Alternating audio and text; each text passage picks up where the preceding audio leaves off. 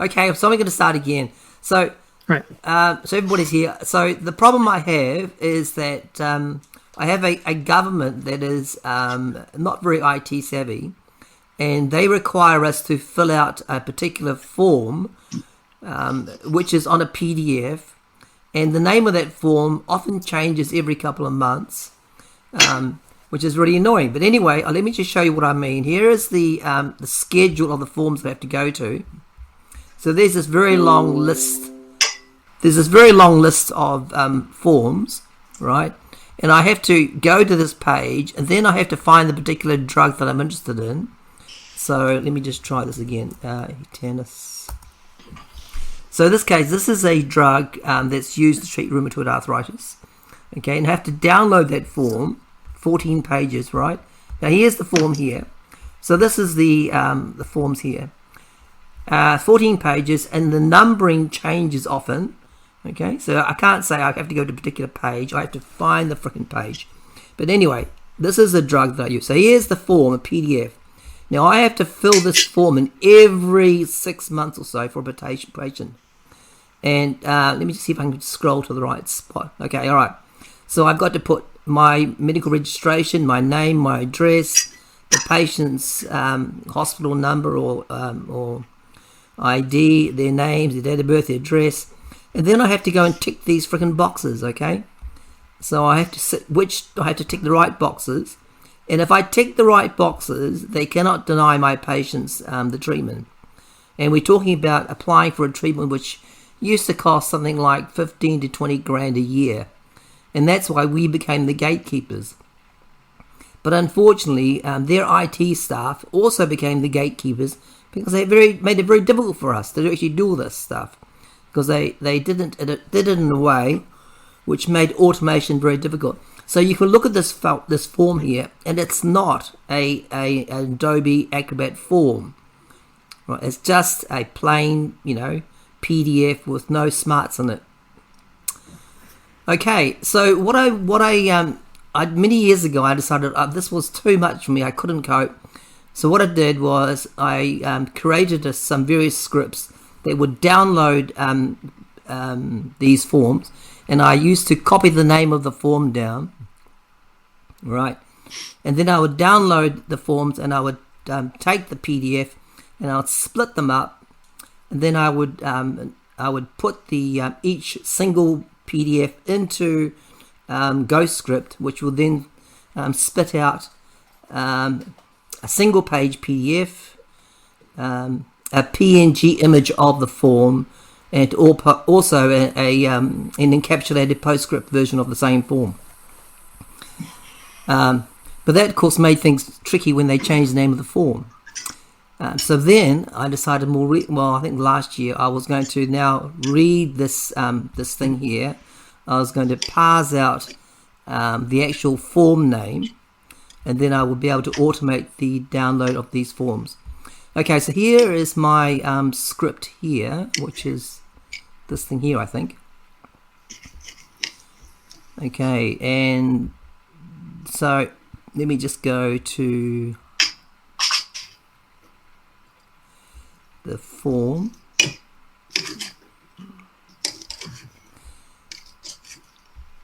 And it's called Grab PDFs. So I just go through this very quickly. So basically, I've got the name of the location of where the schedule is, and then I've got the route, which is the schedule.pharmac.gov.nz, and then it used to be just latest there, but then recently they changed it so it redirects to the first day of the current month, which is okay, sort of, because that, you can calculate that, like I've done that. But sometimes towards the end of the month, they switch to the next month. So I haven't actually put a check in that for that. But, Rebol died when it does a redirect. So I need to check for that. Anyway, so these are the drugs I particularly want. I've just got a few here. And as of August, these were the current names of those forms, but they've freaking all changed since then. Anyway, so basically, I just download that page, I parse out the ones I want, then I get the individual page names and I download them all, and then here I then basically call Postscript, GhostScript on the form, and I split it into I basically GhostScript can actually what do I do? Turn them here. I must have another split here somewhere. Let's have a look. Must be using an app to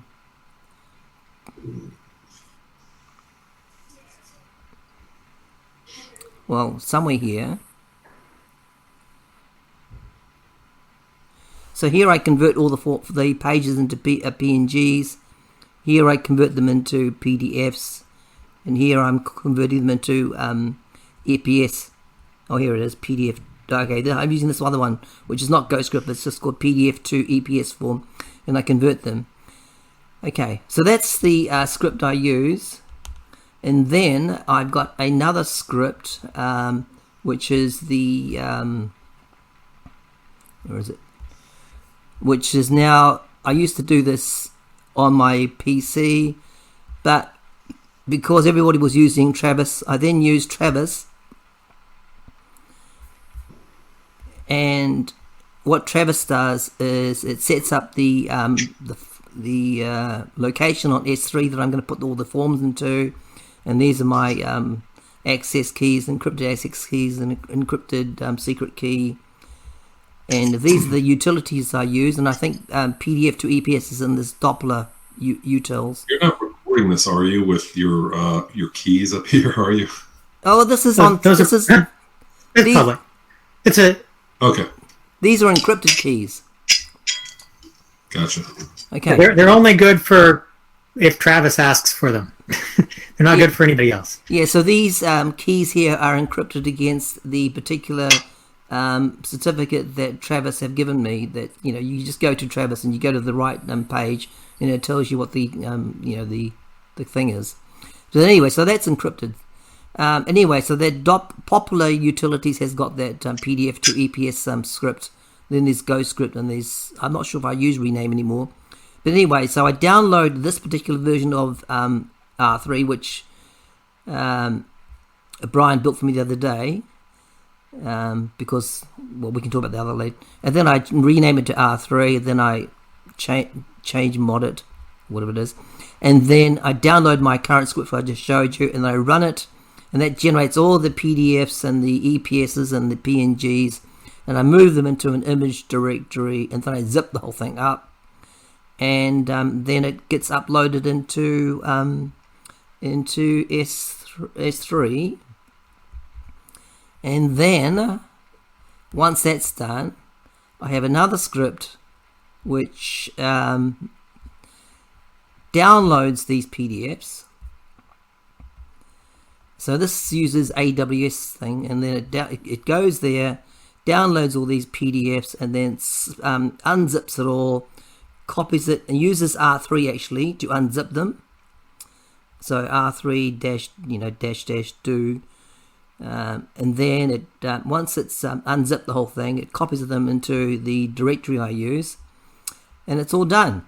Okay, so let me show you what it looks like from my my medical records system. So here there's a patient called demo patient. Okay, so here I have this tree here of all the scripts that I use.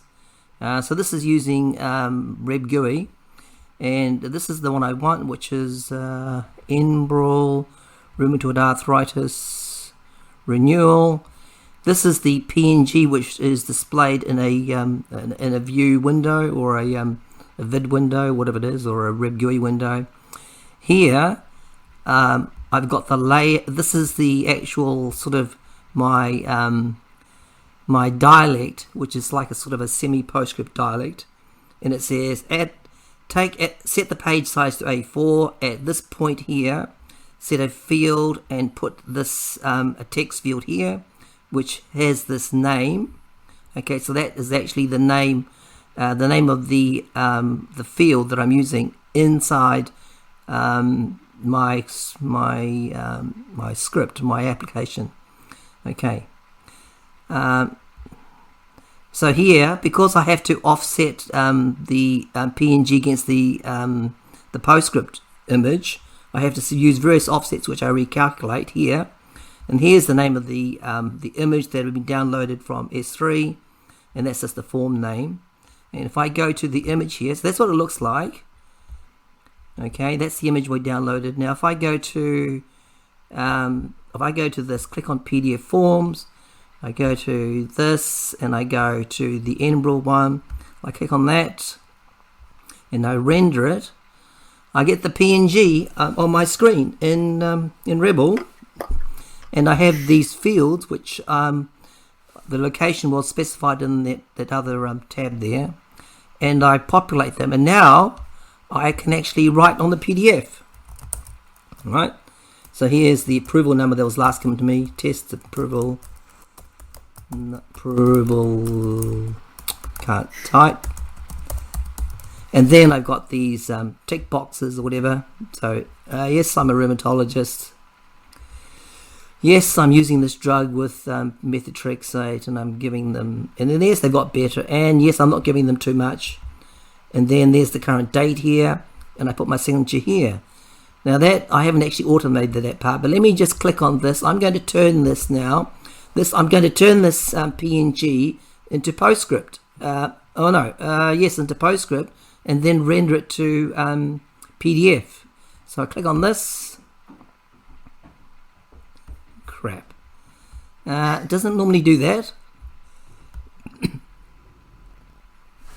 But normally, except for today, this would then come up with a PDF image.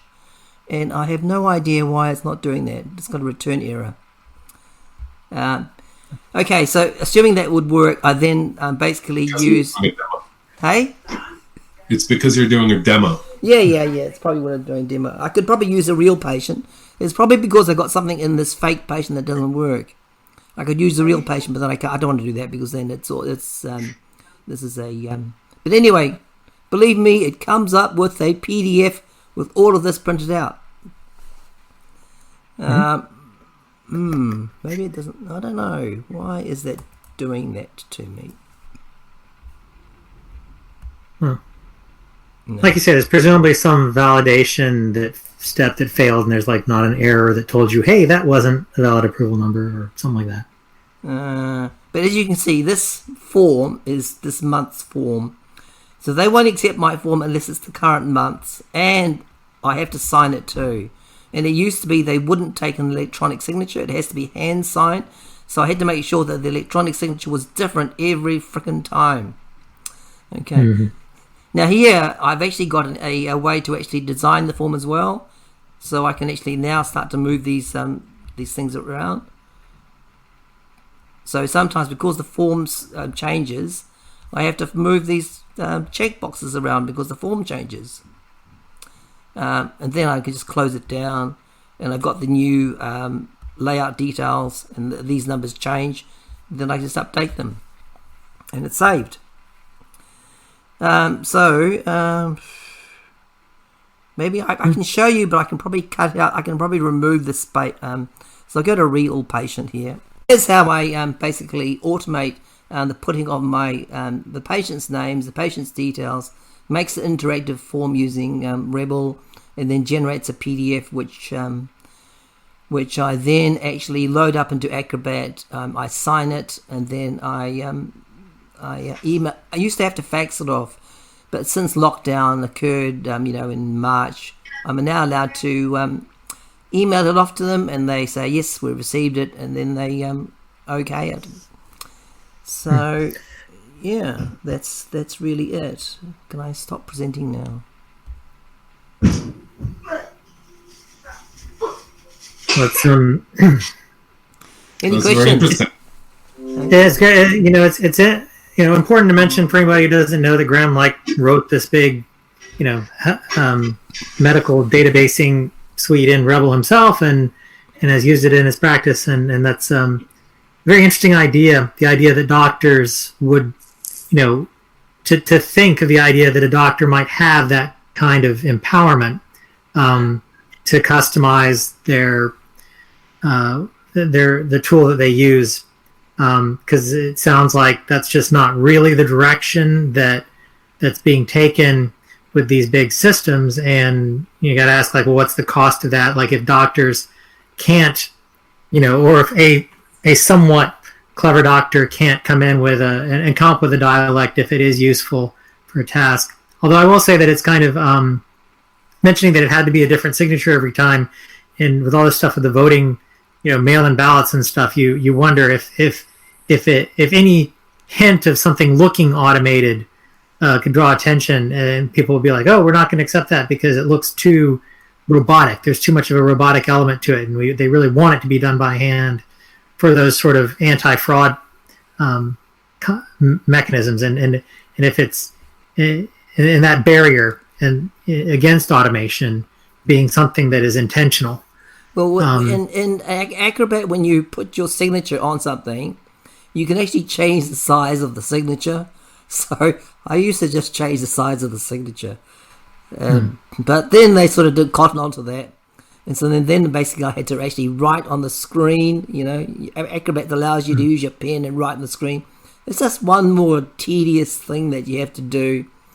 But then now they're saying, oh, well, we're going to accept, they must be saying we're going to accept electronic signatures, because when you get a letter from somebody, it just says on the bottom, e-signature of. That's what it says, There's no encrypted, PDF to say that this is a secure PDF, they send you out a letter and says e-signed by blah, blah, blah. Yeah. I seem to have lost Ed. Oh, no, he's back again. But the problem I had this last time was that these boffins at the Department of Health decided to change the encryption scheme on me. And so my form stopped working. And they also changed the base directories in which they were showing these forms. And they also changed the redirection point as well. So, it's just, they just make it so hard work for people who are trying to automate things. But luckily, I was able to call on Brian to fix the encryption for me. And he's going to present something on TLS. Yeah. All right. Let me, first of all, I'll say I probably wouldn't have done it if it wasn't Graham's birthday, but it was. So happy birthday, Graham. And I stayed up. Otherwise, Looking at this question. Otherwise, I'd have to wait a whole year for it to be fixed. Well, you could also, you're willing to call out to Postscript, so being willing to call out to wget or curl or something is another short-term solution. But it's worth talking about what's going on as a broader topic. So, in the beginning, when I saw that we had TLS implemented as Rebol code, I was very suspicious of the idea. It just seemed like a lot of complicated code. It had been written in I won't go and dig up examples of kind of like, oh my God, this is hardly even code. But I was a little bit harsh on it, I think, because it did have certain, when I had to go to the TLS spec and read it, to understand what the protocol was. There were certainly, more so than in many implementations I've seen, examples of where the protocol matched the spec. There were certain places where instead of just being worse than C code, it was higher level examples. And here's I'll just kind of explain quickly for understanding it that the TLS protocols are sort of codified in these RFCs, which you can read, and they're very complex. You have to kind of know a lot of different things to read them, and you have to have a lot of different pieces to implement them. And so you don't just use one encryption tool or method. You've heard of, I guess, symmetric encryption, the idea that you you have a password, and that's the password you use to encrypt it.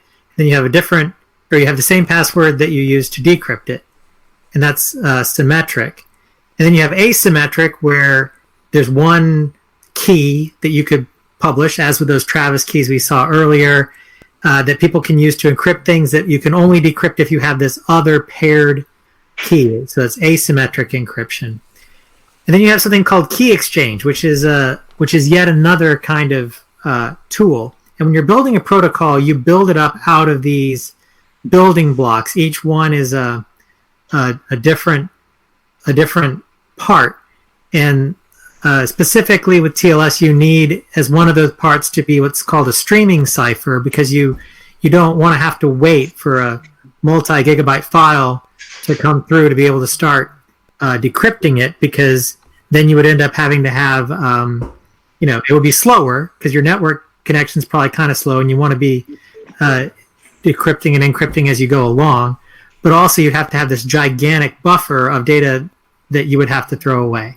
So one key part of a TLS protocol set or cipher suite is naming that symmetric block cipher, something that just takes little chunks of data as they come over the wire, and it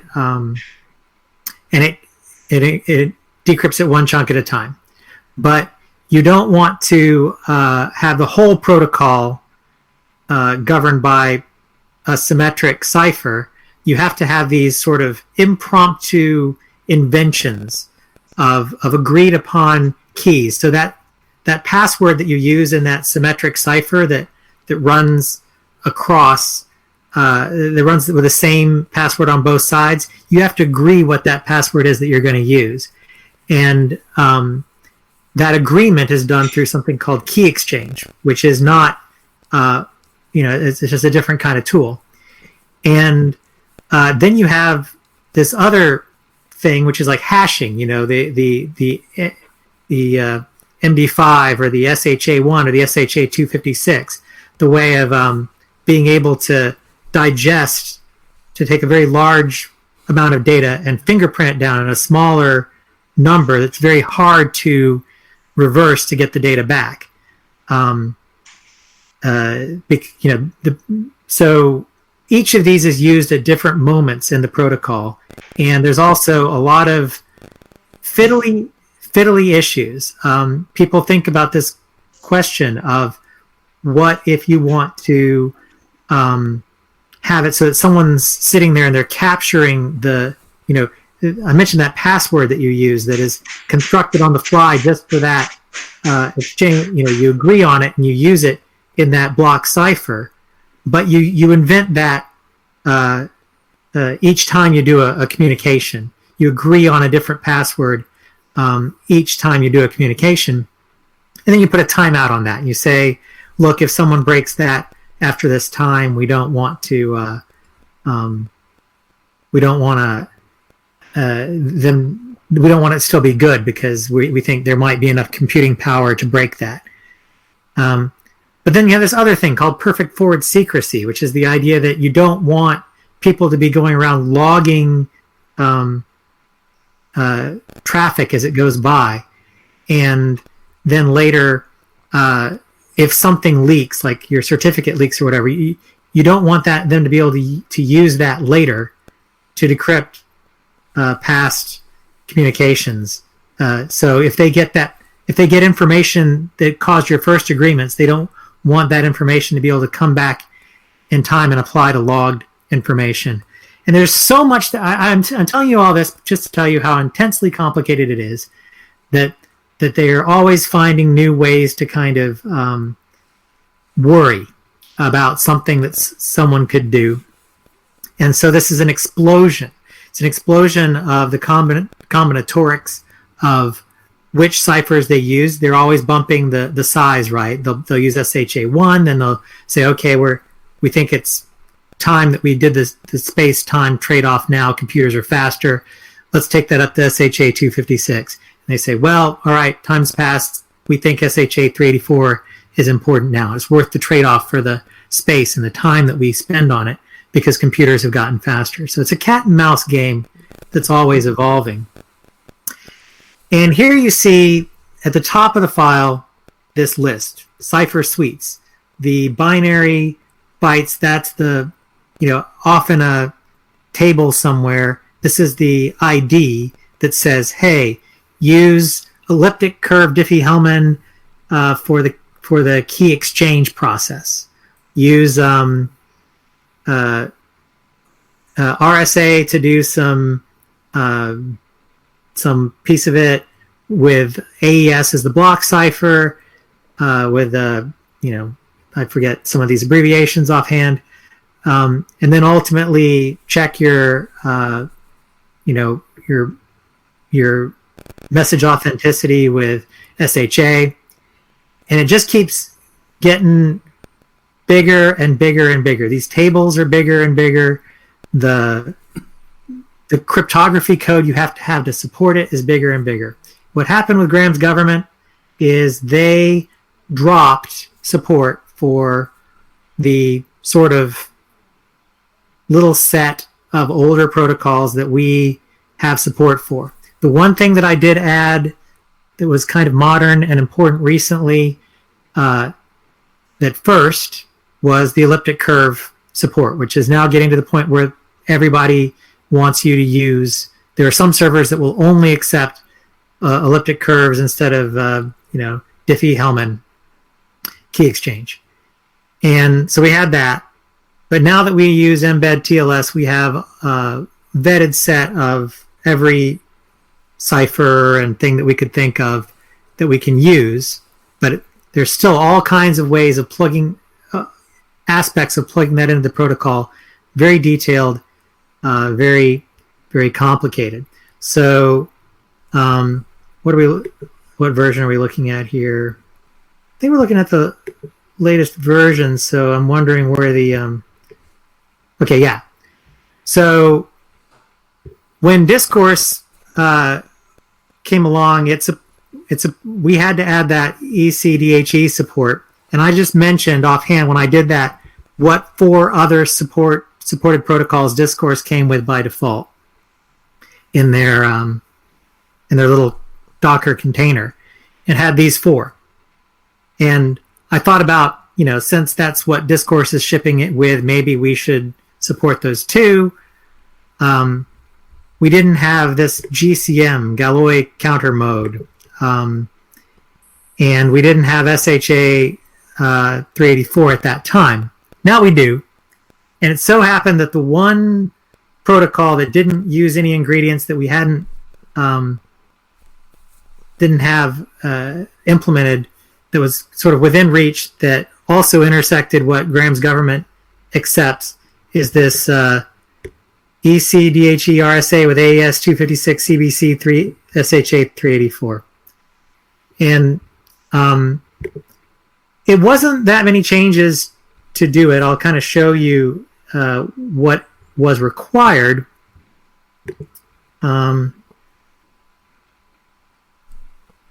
To this one. So I added it to the list, broke down sort of what that means. There's not a lot of information in C028. You have to say what that C02, what set of protocols that actually is, and what the parts are, so that this table entry tells you all of that. And then there's something called the PRF function, Pseudorandom function, and originally in the TLS 1.2 protocol, they said we're going to use this one method for every protocol that we define in the TLS 1.2 spec. But they said, however, if you come up with a new code, that binary number for the protocol up here, if you come up with a new number like C028 that's not in the list, your RFC can invent and come up with a whole new pseudorandom function as defined in your spec. It's basically a carte blanche to people who design new protocols to say, this isn't in the TLS 1.2 spec, but you can just sort of describe what you want to happen there. And this protocol that, the protocols that the New Zealand government felt they needed to use all took that, took that to heart, and they actually did say, yes, we're going to use a different one. Fortunately, it wasn't that different. It just used SHA 384 in the same method. It could have been arbitrarily different if they wanted to. They didn't. They said, do something very much like what the TLS 1.2 spec did, but use SHA 384. There's a little issue here, which I didn't notice. When a server comes back with a list of extensions that it supports, so special protocol questions you can ask, the list said that, okay, in this handshake message, we're going to give you a byte that says how long that list is, or 2 bytes. But there was something that said, hey, if the message is over, if it's just at the tail, then you can just implicitly assume that means no extensions. It's kind of a useless compression, in my opinion, but they did it. This was the first server we saw that actually did that. Other servers just said 0 or whatever, or always had extensions. But here we hit our first case of one that actually required us to say, okay, are we at the end of the binary that we received for the message? If we are, the list is 0, the length is 0. Otherwise, get the list length.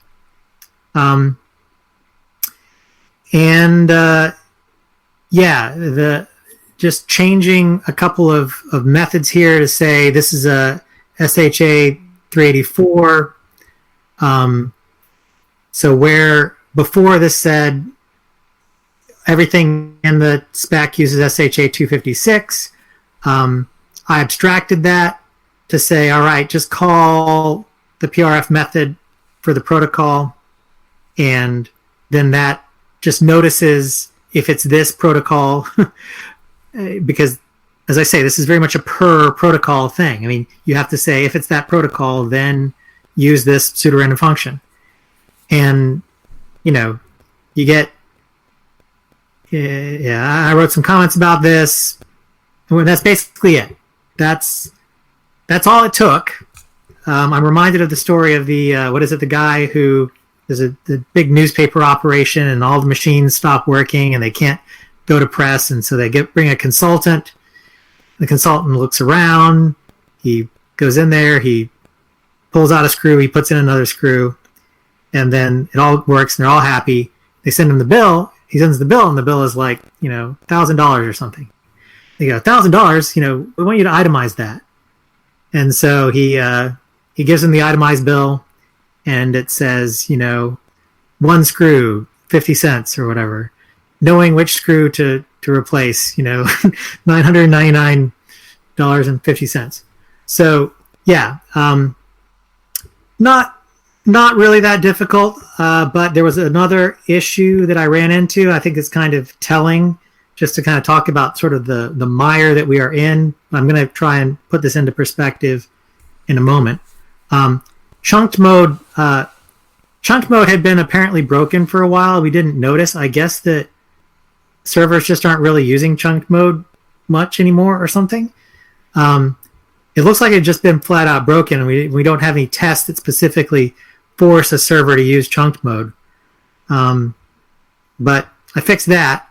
But then I found something that had never worked, which is that it turns out that it's legal for servers to send odd, the chunk size in the HTTP protocol. If you've ever looked at an HTTP transmission, the chunk size is hex digits. So instead of sending a decimal number as text in the string, it's in the stream, even if it's a binary stream, at that moment in the binary stream, it flips over into text, and you get hexadecimal size of the chunk in ASCII letters, and then a carriage return, a line feed, right? Here's another thing we'd never seen before. We'd never seen that be an odd number of hex digits. We don't support binaries that if you try to make a binary and just say pound open brace letter F close, it doesn't assume you meant the same thing as pound open brace or 0F, right? It turns out that servers were allowed to do that all along. We just hadn't seen one. And I went and I was like, is this a buggy server? The answer is no. In the spec, they can. It's hexadecimal. Examples say they can. Just, I guess most people don't because they generate hex. It's not usually the case that computers do hex digits in a way that doesn't translate into bytes. So, all right. So let me try and pull back from all that with some commentary. Graham mentioned the fact that redirection in Rebol has historically not really worked. And that just points to the fact that these are, there's a reason why most languages don't try to implement absolutely everything. And when you look at the TLS, you can understand why people would say this is not Python's problem. If we wrote it in Python, it would not be fast enough for our taste, perhaps. But I think more so than speed, it probably comes down to thinking, well, what's the problem? We're going to have our own bugs. If we try to implement this, we're going to be playing a catch-up race. It's not a good idea. And you could say the same thing for a lot of these HTTP protocols. They're really long protocol documents, RFCs, edge cases. And so everyone wants to say, let wget do that. I don't care that wget's written in C. I don't care that curl's written in C. I don't care that wget and curl themselves as projects have further delegated this down the line to OpenSSL or whatever. And we're saying, and I look at it and I think, oh my God, this is crazy. Look at the combinatorics. But another thing that's interesting about it is you get to see it. And, hello, John. Hello. Oh, down there. You're a bit late. You're about an hour late. You're late, but don't worry about it because you can watch it since we're recording it. Yeah, I thought I'd come say hello anyway. So yeah. Anyway, I'll let you. We'll have a more social thing that after we're done with our sort of presentation points. I was just finishing my presentation point after showing adding a new TLS cipher suite and digging into a little bit of the details of HTTPS and asking this big question, like why try to do all this in band in your language? Why can't you offload that? And isn't this a losing battle? The funny thing is that looking at all these TLS aspects and having them right there in front of you and having it written in a style that you can massage and improve and not obsessing so much about are we using the fastest or are we using the most peer-reviewed at this time. You see kind of what a chaos it is. And that chaos is at a level that's comprehensible to you, to the point where maybe you might start thinking, I'm over here, I'm communicating with this server. How many of these protocols do I really need? If I control, it, and we got to this point the other day in chat talking about the security issue of trusting this main spigot. The Google spigot unified with the New World Order and the fiber cable running across the Atlantic.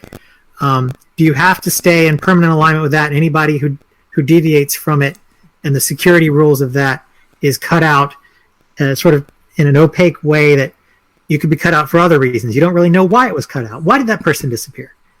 And having all these protocols in front of you, using functions that you can kind of hold in your hand, maybe read and massage those specs to be a dialect so you can see what's going on.